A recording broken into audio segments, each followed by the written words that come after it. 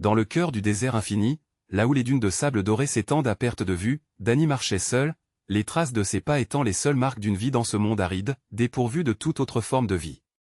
L'oasis de Dany, son refuge modeste au milieu de l'immensité, était le seul sanctuaire qu'il connaissait, et la chaleur du soleil, brûlant à midi, alourdissait chaque pas qu'il faisait. En cet après-midi particulièrement torride, alors que les vents portaient avec eux des odeurs de sel et de poussière, Dany fit une découverte inattendue. Alors qu'il approchait du bord des dunes près de son oasis, il entendit un son faible et désespéré, porté par le vent. Le cœur de Dany s'emballa, et il se hâta vers l'origine du bruit. Là, enfoui sous les sables mouvants, un homme, son corps s'enfonçant lentement, bougeait à peine, ses gestes lents comme s'il s'était déjà résigné à son sort. Les yeux de l'homme étaient grands ouverts, remplis de peur et de fatigue, ses lèvres fissurées par la soif. Sans réfléchir une seconde de plus, Dany se précipita à genoux, ses mains robustes s'enfonçant dans les sables, tirant l'homme hors de sa prise. Il pouvait sentir la chaleur de la terre sous ses pieds, mais tout ce qu'il se concentrait à ce moment était de sauver cet inconnu. Lorsqu'il réussit finalement à libérer l'homme, il le porta moitié dans ses bras, moitié en le traînant jusqu'à la tente qui lui offrait une ombre bienfaisante, lui apportant un peu de répit contre la chaleur accablante du désert.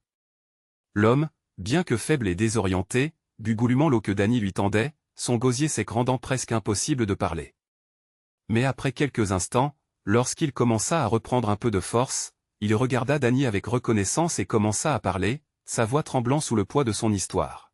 « Je suis le roi de ces terres, commença-t-il, ses yeux à la fois fatigués et fiers. Je suis venu ici pour chasser, pour affronter le désert en homme fort. Mais une tempête de sable soudaine et furieuse m'a pris par surprise. J'ai perdu mon chemin, et cela fait 2 jours que je me perds, impuissant dans cette immensité. Et maintenant, tu m'as sauvé de la mort. » Bien que Dany fût stupéfait par cette révélation, il ne répondit pas immédiatement, se contentant de hocher la tête avec respect. Le roi poursuivit son récit, sa voix devenant plus stable. « Je te dois la vie, homme de bien. Si jamais tu as besoin de quoi que ce soit, viens à moi.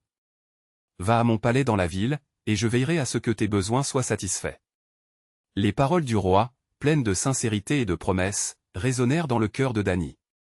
Il n'avait rien fait d'extraordinaire, simplement ce que n'importe qui de bon aurait fait face à la souffrance d'un autre, et pourtant, voici un roi qui lui offrait force et richesse en retour.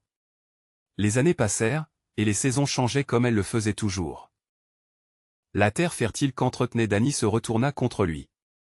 Une maladie terrible frappa son troupeau de moutons et de bétail, le laissant sans rien, à part des champs stériles et des étables vides. Sa famille, elle aussi, ressentait le poids de la crise.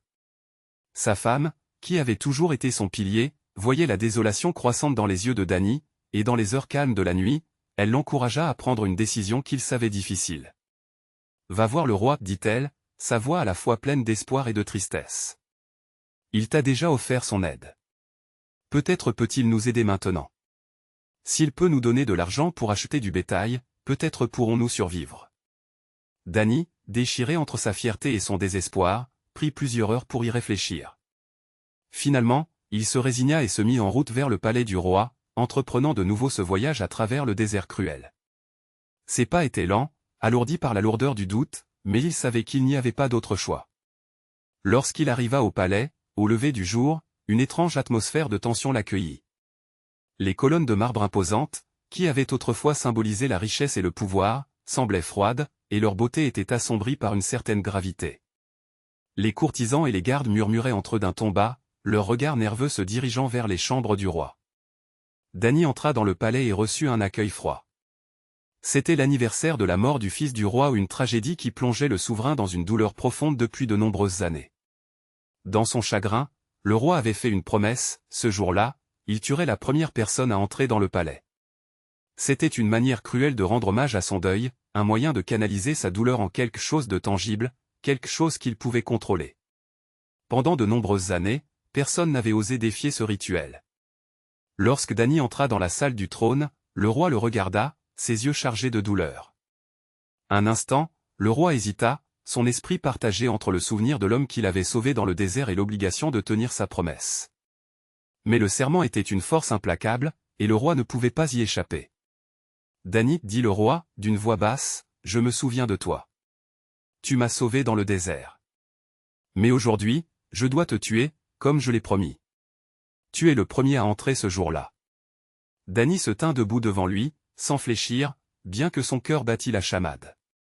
Il pouvait voir le conflit dans les yeux du roi, un profond déchirement qui déchiquetait son âme. Le roi, incapable de tuer l'homme qu'il avait sauvé un jour, imagina une ruse. « Retourne chez toi, dit le roi, sa voix maintenant plus ferme. Dis à ta famille ce qui s'est passé. » Et puis, il ajouta d'un ton qui laissait entendre une demande implicite, « Reviens ici avant le coucher du soleil. » Les yeux du roi brillaient d'un sentiment de culpabilité, et Dany, sans comprendre entièrement les intentions du roi, acquiesça respectueusement et se dirigea vers la sortie du palais.